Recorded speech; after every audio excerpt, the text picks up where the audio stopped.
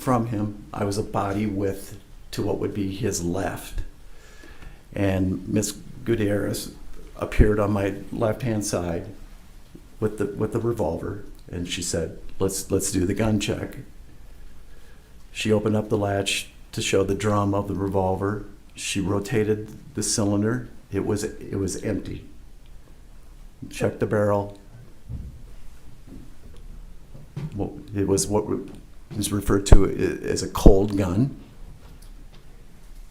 And Ms. Gutierrez just took a few steps and gave the gun to Mr. Baldwin. Now, it's your recollection at that point in time that the gun was empty, it did not have dummies in it? Absolutely, it was empty. Okay. And you looked at it, correct? I looked at it, yes. Now, let me stop for a moment. Were there any opportunity, at any point in time during that day, did you sit in for Mr. Baldwin? I did. When was that? After lunch. Okay. And when you sat in for Mr. Baldwin, was the firearm in the church? No. Okay. So why don't we talk a little bit about that? Why are you sitting in for him? Explain to the jury how that happens. Well, usually there is a stand-in for the actor, a person, and most times it's a person that matches the height and hair color, look of the actor. There was a stand-in for Mr. Baldwin, and when I entered the church after lunch, the stand-in for Mr. Baldwin was there. And because of COVID, I wanted to keep the amount of people in the church to and I typically do that anyway, outside of the pandemic, before the pandemic, just in smaller spaces, I would try to keep. What I usually say is, if you don't have to be there, please don't. So, because of COVID and just generally, I'd like to keep only the people that are needed for the shot there. I said, his name was Bill. I said, Bill, it's okay. I can sit in for Alec, and it was a good opportunity. Just as if I'm sitting in the pew right now, I can observe everything, the crew preparing, and that's what I did. Did you need to have a firearm at that point in time? I did not. No. Did you have a firearm at that point in time? No, I did not. Were you using anything to mimic a firearm? I recall holding up my hand like this as a finger. Just so that they could set up the shot? Yeah. Okay. So after the setting up of the shot, after you sitting in for Mr. Baldwin, just to be clear, it's your recollection that Mr. Baldwin came in and Ms. Gutierrez came in around the same time? Yes. Okay. She does the gun check with you. You see an empty gun. To your recollection, Ms. Gutierrez hands the gun to Mr. Baldwin. Is that right? That's correct. What happens after that? How do we end up with a gun that is no longer empty? I did not see the gun taken away from Mr. Baldwin. I'm still in the same position, facing him, body width to his left, no more than 5 feet in front of him. You know, as an assistant director, you're looking around, you're observing, you're communicating with people. I did not see Ms. Gutierrez take the gun from Mr. Baldwin, but she appeared back on my left-hand side, and she said that she had put dummy rounds into the revolver. And at that point in time, was another safety check done? She opened up the latch to the revolver. I recall seeing 3 to 4 what I believe to be dummy rounds. I had seen the dummy rounds before. And when you say you saw them before, are you talking about that day or? Before that day. Okay, and let me ask you, under what circumstances would you have seen the dummy rounds if the only other time that guns were dummied up was a rifle? Yes, and I believe on that day, I did see those dummy rounds on her cart. Okay, so you were familiar with what they looked like. They had a very distinctive, bright brass end to it. What would be the end of the bottom of the shell casing, and all the primers were depressed, meaning that this has already been a bullet that has been fired. And But sir, let me ask you, you indicated that you only saw 3 or 4, you didn't see 6. I don't recall her fully rotating the cylinder. Okay. You don't recall her fully rotating it?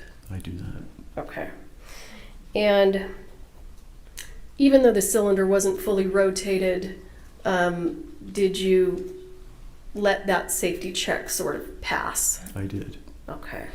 And what's your recollection about what happened to the gun after that? She took the few steps to Mr. Baldwin and gave Ms. Baldwin the gun. Okay. And let me ask you, sir, were you criminally charged in this case? I was. And did you enter a no contest plea to negligent use of a firearm? I did.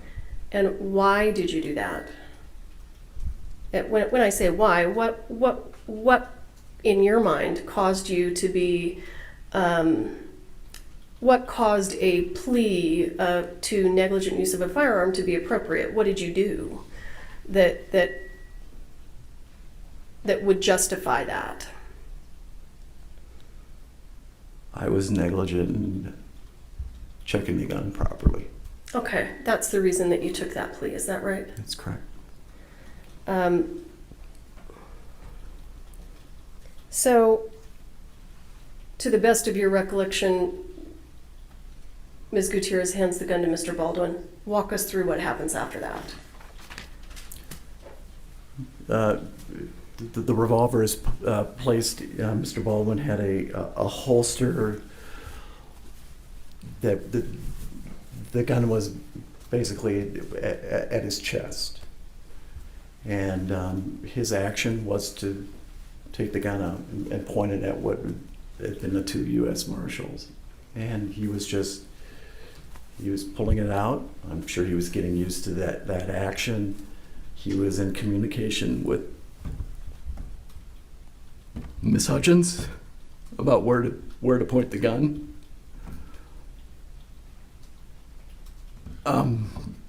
Do you recall, sir, was Mr. Souza also in the room? He was. Was Mr. Souza also participating in how to set up this shot? Do you recall? No, I just recalled that it was communication between Mr. Baldwin and Helena. Okay. And then what happened? The gun went off. When the gun went off, what did you think happened?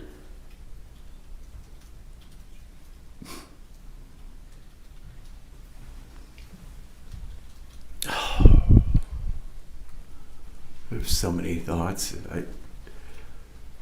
Honestly, the idea that it was a live round of ammunition that went off was just not, it wasn't computing. It wasn't, and it was my thought was that a blank round had been loaded, and there had been another instance that an actor was killed from a blank round, and I just thought that there something in the blank round, a wadding. I had heard at one time that maybe they used pieces of wax to keep the black powder in the blank round, or was there an obstruction in the barrel? It just wasn't something I could compute in my mind. Sir, after you heard the gun go off, tell us what you saw in terms of the reaction by Ms. Hutchins and Mr. Souza.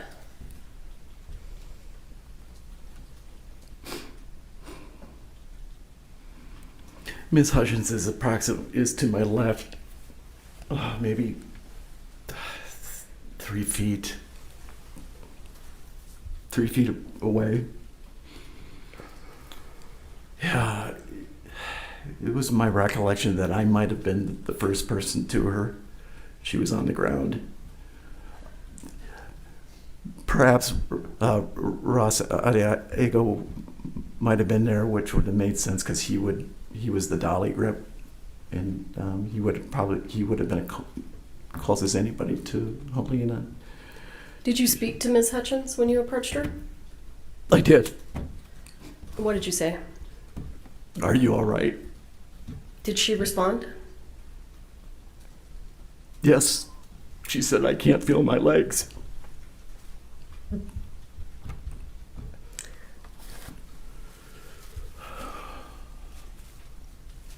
And when you're ready, just tell us what happened after that. Take a break if you need to. I'm ready. I immediately left the church to make sure that 911 was being called. And the set medic appeared and she was treating Ms. Hutchins, and I stayed out of the church just to keep space. Do you know where the gun was in these moments after it went off? Was it, if you recall, was it left in the church? Was it taken out? I had an assumption where the gun was. What was going through my mind trying to determine what had happened. Again, the idea of what was in the gun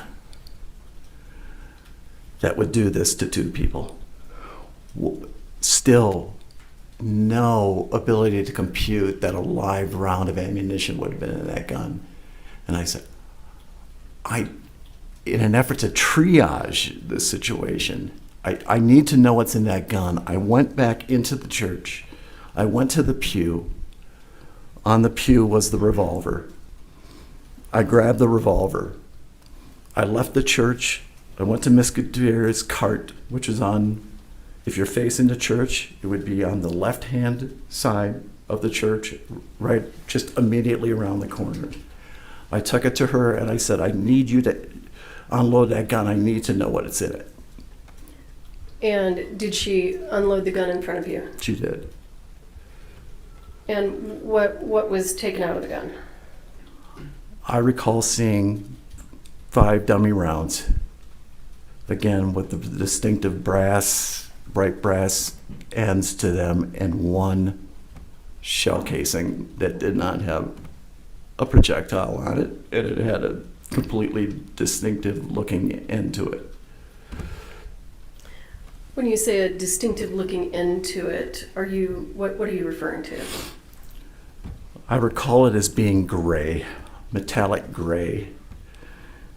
And I recall that it was just completely different looking. It's hard to explain. There was some kind of machining or something. Maybe it was raised. This is my recollection, but a more contemporary looking bullet than what I was seeing in the other rounds. And let me ask you, sir, do you own guns? I do not. Do you shoot guns? No, I do not. At any point in time in the afternoon, after lunch, did you tell Ms. Gutierrez to leave the church? Can you say that question Did you again? tell Ms. Gutierrez to leave the church? No.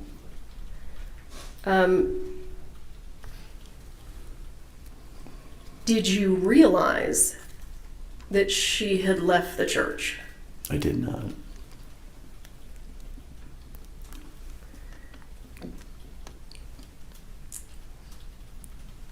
Did you have an expectation that the armorer would stay with the gun?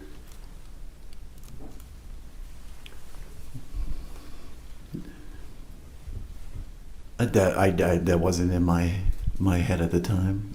Well, but let me ask you, just in terms of your experience working on movie sets with guns and armorers, in your experience, does the armorer hand off a gun and then walk away and leave? That's not my experience. Okay.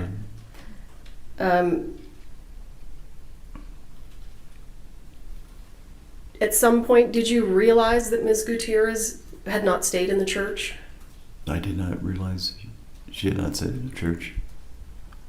After the gun went off, where was she the next time you saw her? At her cart. Okay. And you just didn't know whether she was in the church or not? I did not know. Okay.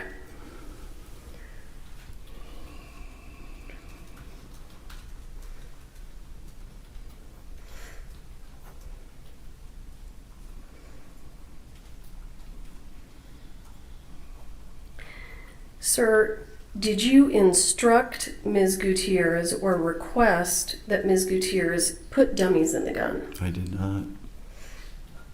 Did you hear anyone ask her to put dummies in the gun? I did not.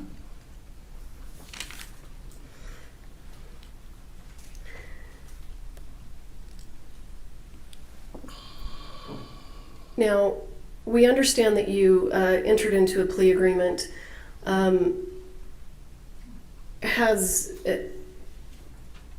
Were you placed on unsupervised probation? Yes. And has that time period ended? Yes. Approximately when did it end? I think sometime in October. Okay.